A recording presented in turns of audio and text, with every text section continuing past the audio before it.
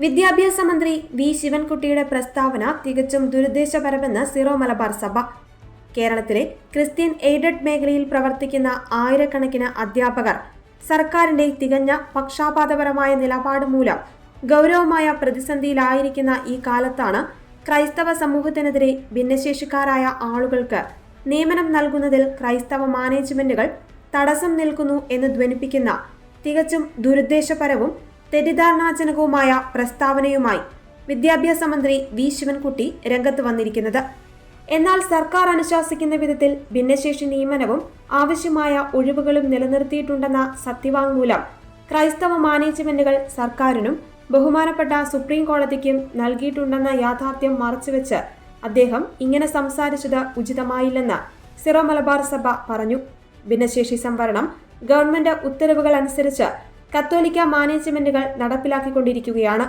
കോടതി വിധി അനുസരിച്ചും സർക്കാരിന്റെ ഉത്തരവ് പ്രകാരവും നിശ്ചിത ശതമാനം ഒഴിവുകൾ ഭിന്നശേഷിക്കാർക്കായി കേരളത്തിലെ കത്തോലിക്ക മാനേജ്മെന്റുകൾ മാറ്റിവെച്ചിട്ടുണ്ട്. എന്നാൽ ഭിന്നശേഷിക്കാർക്കായി സംവരണം ചെയ്ത് മാറ്റിവെച്ച 2022 വരെയുള്ള ഒഴിവുകളിൽ പകുതിയിൽ പോലും അർഹരായിട്ടുള്ളവർ ഇതുവരെ എത്തിയിട്ടില്ല. അതുകൂടാതെ 2022-25 കാലയളവിലുണ്ടായ തസ്തികകൾക്ക് ആനുപാതികമായി സൃഷ്ടിക്കപ്പെട്ട ഒഴിവുകൾ നികത്തപ്പെടാതെ അവശേഷിക്കുകയുമാണ്. പക്ഷേ ആവശ്യത്തിന് ഭിന്നശേഷിക്കാരായ അധ്യാപകർ ലഭ്യമല്ല. വസ്തുതകൾ ഇതായിരിക്കെ ഭിന്നശേഷിക്കാരുടെ നിയമനങ്ങൾ പൂർത്തിയാക്കാതെ മറ്റ് അധ്യാപക നിയമനങ്ങൾ അംഗീകരിക്കില്ലെന്ന ശാഠ്യത്തിന്റെ പിന്നിൽ സർക്കാരിന്റെ നിക്ഷിപ്ത താൽപര്യങ്ങൾ മാത്രമാണുള്ളതെന്ന് സിറോ മലബാർ സഭ വ്യക്തമാക്കി. ഈ യഥാർത്ഥ പ്രശ്നം മറച്ചുവെച്ച് നിങ്ങൾ പന്താടാൻ ശ്രമിക്കുന്നത് അശരണരായ കുറെ മനുഷ്യരുടെ ജീവിതങ്ങൾ കൊണ്ടാണ്. ഭിന്നശേഷി വിഭാഗത്തിൽപ്പെടുന്ന ഉദ്യോഗാർത്ഥികൾക്കായി നിയമാനുസൃതമായി ഒഴിവുകൾ എയ്ഡഡ് സ്കൂളുകളിൽ ഒഴിച്ചിട്ട ശേഷം മറ്റു നിയമനങ്ങൾക്ക് അംഗീകാരം നൽകി അവയെ ക്രമവൽക്കരിക്കണമെന്ന് NSS മാനേജ്മെന്റിന്റെ കീഴിലുള്ള സ്കൂൾ നിയമനവുമായി ബന്ധപ്പെട്ട വിധിയിൽ ബഹുമാനപ്പെട്ട സുപ്രീം കോടതി തീർപ്പ് കൽപ്പിക്കുകയും അതേ തുടർന്ന് അനുകൂലമായ ഉത്തരവ് ബഹുമാനപ്പെട്ട കേരള സർക്കാർ പുറപ്പെടുവിക്കുകയും ചെയ്തിരുന്നു. ഇക്കാര്യത്തിൽ Christian aided school management consortium ബഹുമാനപ്പെട്ട കേരള ഹൈക്കോടതിയിൽ നിന്നും അനുകൂലമായ ഉത്തരവ് നേടിയിട്ടുമുണ്ട്. എയ്ഡഡ് അധ്യാപകൻ എന്ന നിലയിൽ NSS ആയാലും ക്രിസ്ത്യൻ ആയാലും നൽകുന്ന സേവനത്തിന് മാറ്റമില്ലെന്നിരിക്കെ എന്തുകൊണ്ടാണ് ക്രൈസ്തവ മാനേജ്മെന്റുകളോട് സർക്കാരിന്റെ ഈ പക്ഷാപാതപരമായ സമീപനമെന്ന് സിറോ മലബാർ സഭ ചോദിച്ചു.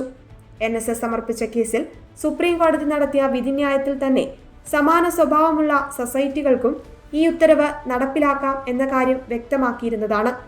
ഈ വിഷയങ്ങൾ ഉന്നയിക്കുമ്പോഴെല്ലാം വിദ്യാഭ്യാസ വകുപ്പിന്റെ ധിക്കാരപൂർവമായ മറുപടി നിങ്ങൾ വേണമെങ്കിൽ കോടതിയിൽ പോയിക്കൊള്ളൂ എന്നാണ്. പൗരാവകാശങ്ങൾ നേടിയെടുക്കുന്നതിന് വേണ്ടി കോടതിയിൽ പോകാനാണെങ്കിൽ ജനാധിപത്യ സർക്കാരിന്റെ ചുമതല എന്താണെന്ന് കൂടി ബഹുമാനപ്പെട്ട മന്ത്രി വ്യക്തമാക്കണം.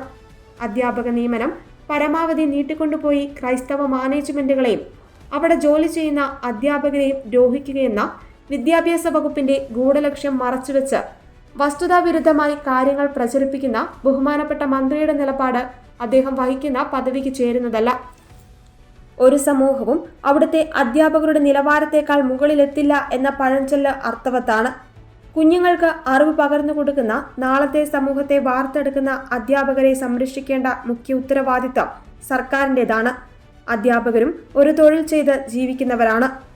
തൊഴിലാളികൾക്ക് പ്രാമുഖ്യം നൽകുന്ന സർക്കാർ ഭരിക്കുമ്പോൾ അധ്യാപക വൃത്തിയിൽ ഏർപ്പെട്ടിരിക്കുന്നവർക്ക് നീതി ഉറപ്പാക്കണമെന്ന് ഓർമ്മിപ്പിക്കേണ്ടതുണ്ടോ എന്നും സിറോ മലബാർ സഭ ചോദിച്ചു.